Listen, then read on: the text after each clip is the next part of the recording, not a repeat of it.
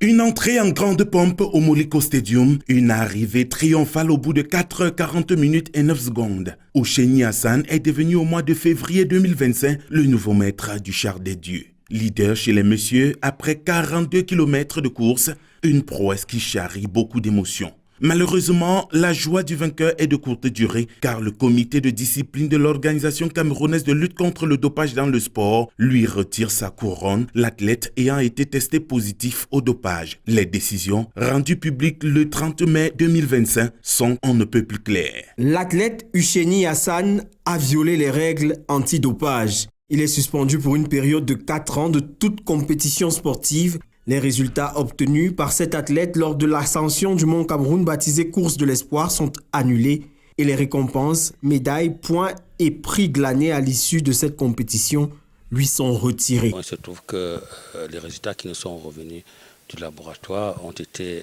des résultats d'analyse anormale pour notre compatriote et c'est la raison pour laquelle l'Ocalus a renvoyé ces résultats au comité, à son comité de discipline et qui a donc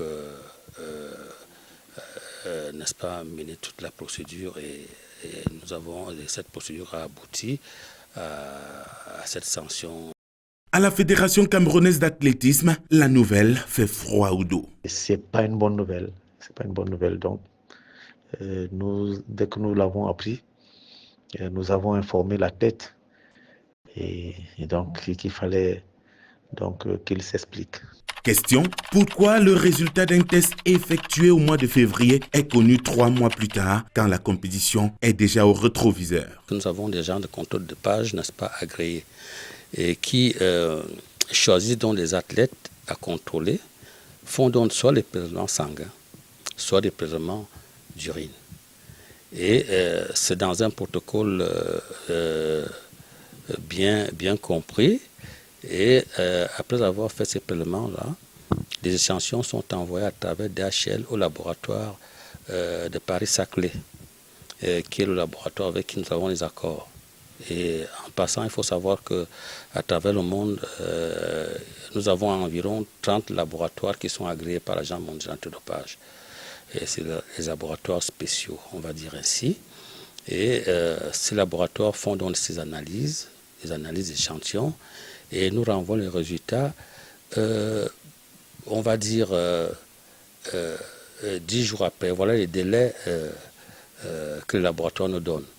Mais il se trouve qu'en ce qui concerne le laboratoire de Saclay, nous avons eu quelques retards parce que le laboratoire de Saclay était chargé d'analyser tous les échantillons des Jeux olympiques l'année passée. Et puis, il y a eu une accumulation d'échantillons de beaucoup des organisations nationales antidopage dans le monde.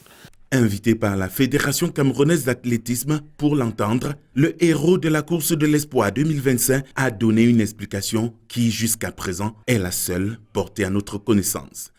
Il y a des situations qui peuvent arriver, un peu comme celle de cet athlète qui a bien expliqué que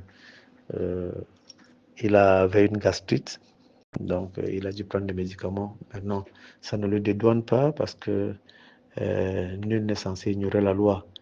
Donc, mais maintenant, c'est des choses qui peuvent arriver. Maintenant, c'est à nous d'être vigilants, de continuer à sensibiliser les athlètes et leurs entraîneurs et même les accompagnateurs, les familles, pour dire que même lorsqu'on est malade, on doit éviter de prendre tout produit car il y a des médicaments interdits. Quand bien même on veut se soigner, il y a des médicaments interdits. Donc il faut consulter les médecins. Maintenant, il peut arriver que des gens sont dans des zones reculées. Ousseini Hassan dispose de 20 jours pour faire appel. Si tel est le cas, le comité d'appel de l'Organisation camerounaise de lutte contre le dopage dans le sport siégera. Si la décision est confirmée, le vainqueur remettra aux organisateurs ses récompenses, médailles et prix glanés à l'issue de la compétition. Ses points et sa couronne lui seront retirés. En clair, les 10 millions de francs CFA perçus et probablement déjà dépensés seront remboursés par l'athlète. Affaire à suivre.